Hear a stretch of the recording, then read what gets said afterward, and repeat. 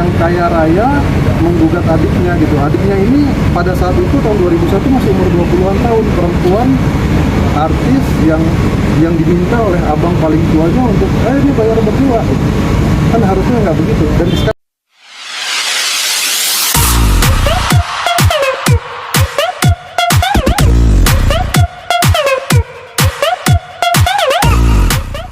Jika bawain dulu ya. Ada. kami datang ke pengadilan ini untuk mengecek karena udah rame di berita, tapi undangan pemberitahuan atau relasnya belum datang ke tempat klien kami, tempatnya Tamara. Cuman yang kita lihat bahwa penggugat ini Richard Blazonski atau Rick, R-I-C-K ya, Rick Blazonski. Kalau kita lihat dari jejak digitalnya, bahwa Rick Blazonski ini adalah pengusaha kaya raya, abang paling tua yang masih hidup saat ini, yang menggugat adik kecilnya, adik bungsunya, yang jualan nasi, warung nasi di Bali sana. Jadi yang digugat adalah surat pernyataan tahun 2001. Itu surat pernyataan ya, surat pernyataan tahun 2001, bukan surat perjanjian, bukan surat kesepakatan. Jadi pernyataan itu bisa dibatalkan kapan saja. Pernyataan itu harus diuji kembali gitu. Pernyataan itu apa? Pernyataan itu tidak boleh dalam tekanan, tidak boleh dalam ancaman. Kita lihat mengenai pernyataan itu dibuat bulan Desember tahun 2001. Ayah mereka meninggal bulan November, belum 40 hari. Jadi itu masih dalam tekanan ayah yang baru meninggal. Jadi kita akan uji di pengadilan bahwa tidak sesederhana itu gitu mengenai yang didalilkan di situ mengenai digugat.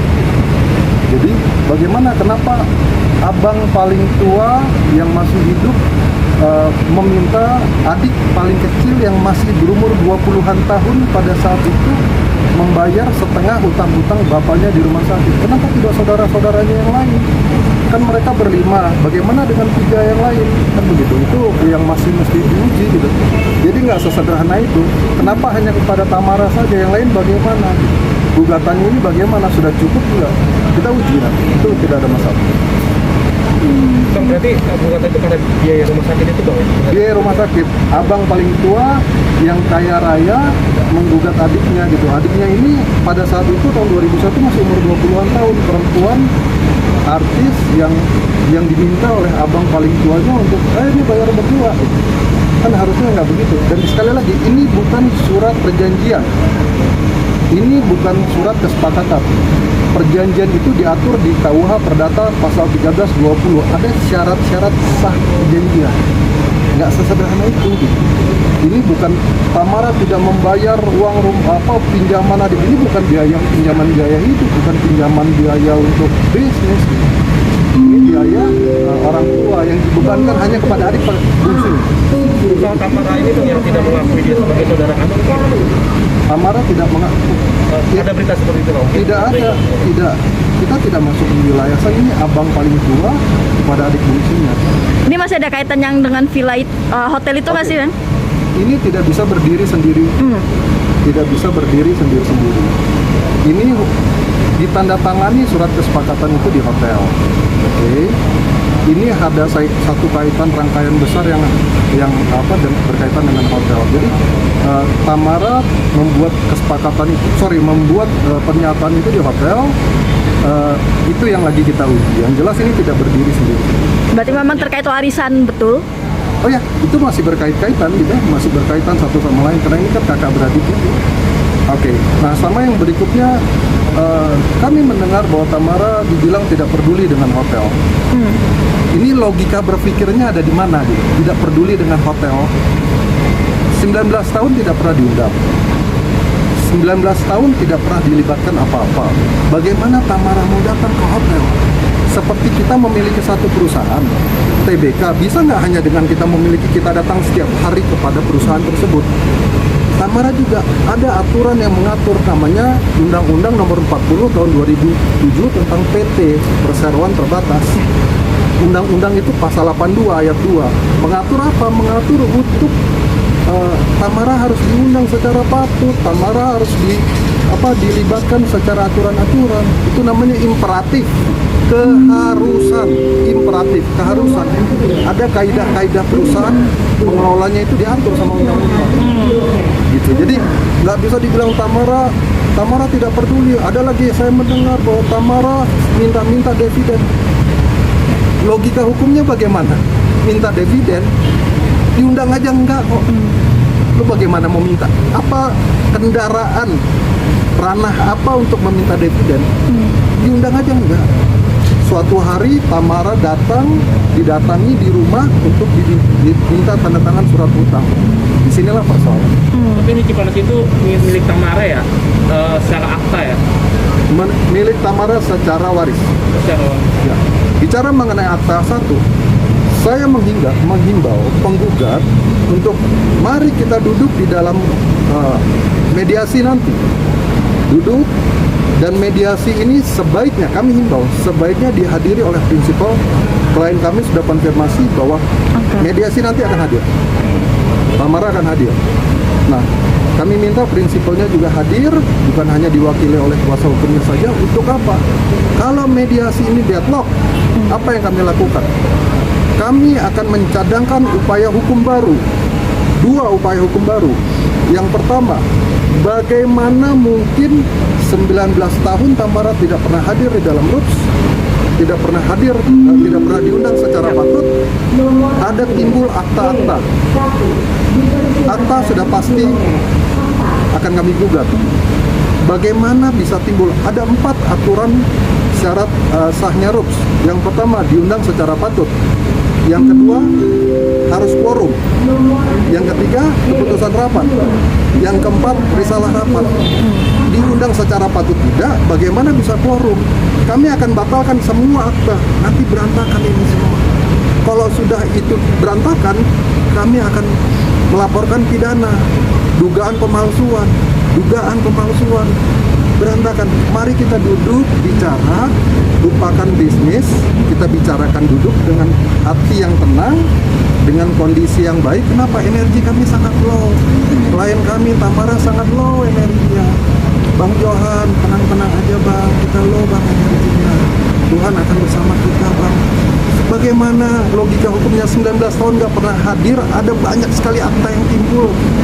Come on, kan gitu ya. Jangan kita masuk ke wilayah-wilayah hukum baru. Gitu. mungkin hubungan Tamara sama kakak sendiri gimana sih Bang? Yang dilaporkan Mas Bang? Oh ya, kami sekali lagi kami melaporkan adalah dugaan tindak pidana penggelapan. Kami laporkan di kepolisian. Setelah itu kita terima kasih kepada pihak kepolisian, kami didudukkan dengan pihak terlapor. Sudah, yuk kita jual hotel sama-sama. Kita tidak usah berbisnis bersama-sama. Kita bersaudara aja. Hotel dijual, dibagi sesuai porsi. Udah, mari kita bersaudara saja. Tiba-tiba digugatlah kondisi seperti ini. Ini gugatnya akan kami patahkan. Gitu. Berarti memang jual beli hotel itu sudah kelar ya Bang?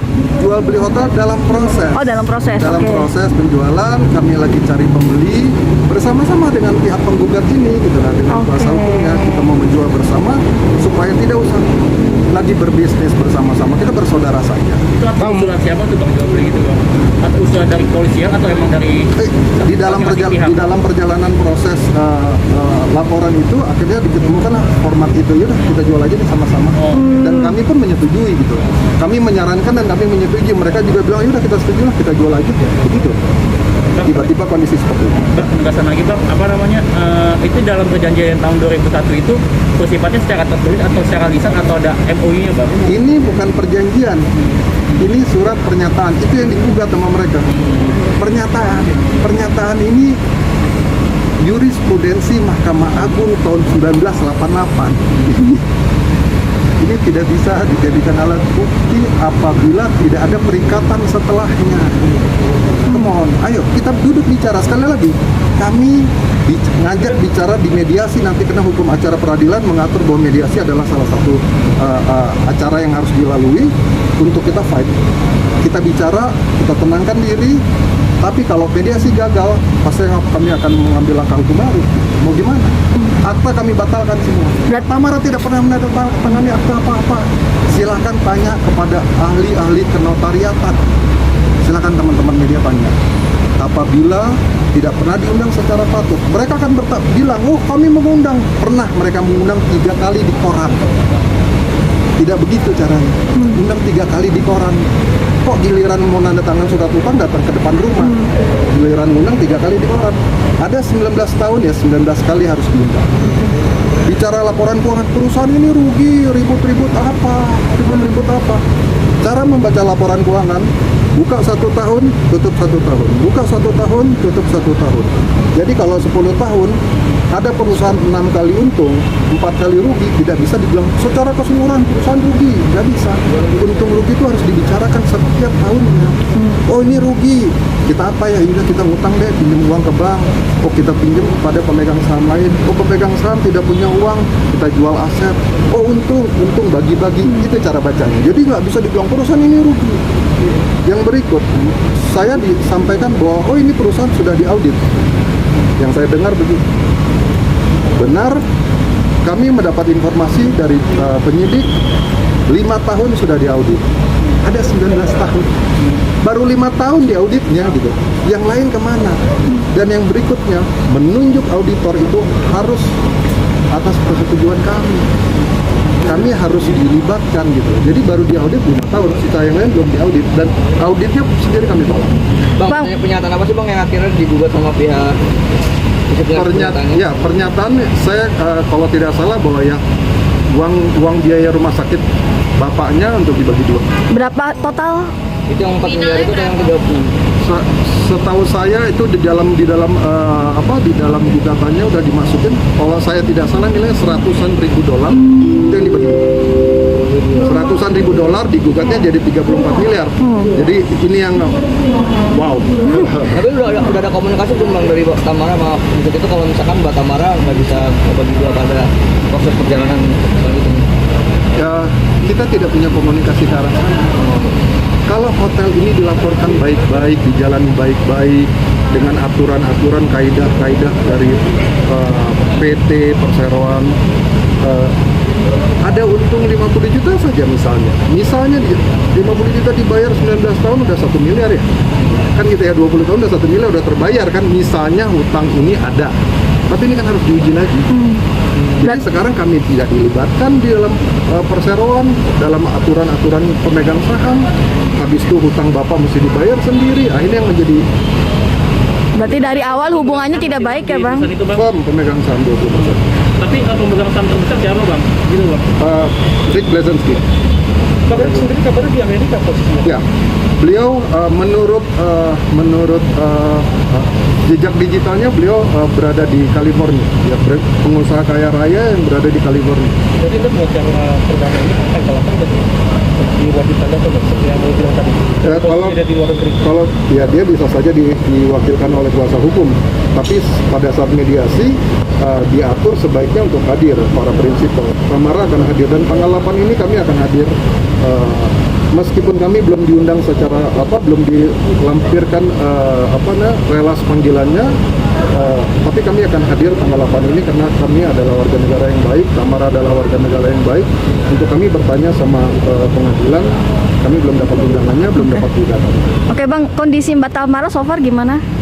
Dia sangat tenang, Tamara sangat tenang, Tamara ikhlaskan semua dan kami hanya tersenyum bahwa